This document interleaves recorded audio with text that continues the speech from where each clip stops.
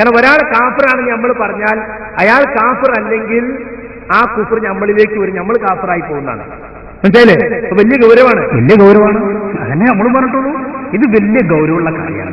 കാഫറല്ലാത്ത ഒരാളെ കുറിച്ച് കാഫർ എന്ന് പറഞ്ഞാൽ അവൻ കാഫറായി തീരും. വലിയ ഗൗരവമുള്ള എത്ര കുഫ്രാരോപണങ്ങൾ നമുക്ക് കേൾപ്പിച്ചു. പക്ഷെ ഇങ്ങനെയൊക്കെയാണെങ്കിലും പൊതുസദസ്സിനവർ വരുമ്പോ പറയും ഞങ്ങൾ അങ്ങനെ ആരെയും കാഫറാക്കിയിട്ടില്ല. കാരണം എന്തേ? കാഫറല്ലാത്ത ഒരാളെ കുറിച്ച് കാഫർ എന്ന് പറഞ്ഞാൽ പറഞ്ഞവൻ കാഫറാവൂലേ? റസൂൽ പഠിപ്പിച്ചിട്ടില്ലേ? അതുകൊണ്ട് ഞങ്ങൾ ആരെയും കാഫറാക്കാൻ പോകുന്നില്ല.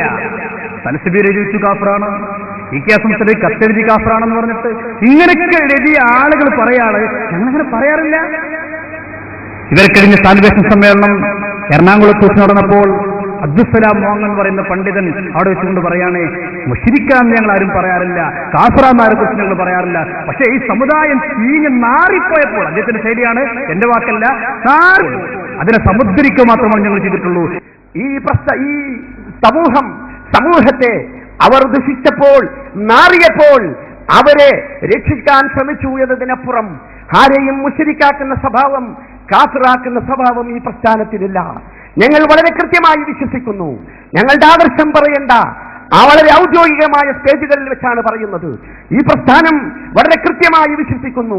ആരെങ്കിലും മുശ്രിക്കെന്ന് വിളിച്ച ആരെങ്കിലും മുശ്രിക്കെന്നോ കാഫറെന്നോ വിളിച്ചാൽ ഫഖദ് ബാഅ കുഫ്റുഹു, അവനിലേക്ക് തന്നെ, അവൻ കാഫറല്ലെങ്കിൽ മുശ്രിക്കല്ലെങ്കിൽ അവനിലേക്ക് തന്നെ അവന്റെ കുഫ്റുവാദവും ശിർക്കുവാദവും മടങ്ങുമെന്ന മുഹമ്മദ് മുസ്തഫ സല്ലല്ലാഹു അലൈഹി വസല്ലമയുടെ ആദർശം സ്വീകരിച്ചവരാണ് ഞങ്ങൾ.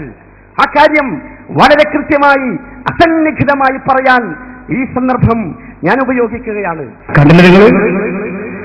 കാഫറല്ലാത്തൊരു വ്യക്തിയെക്കുറിച്ച് കാഫർ എന്ന് പറഞ്ഞാൽ അവന്റെ കുഫിയത്ത് ഇതിലേക്ക് തന്നെ മടങ്ങുമെന്ന് മുത്തുനബി മുഹമ്മദ്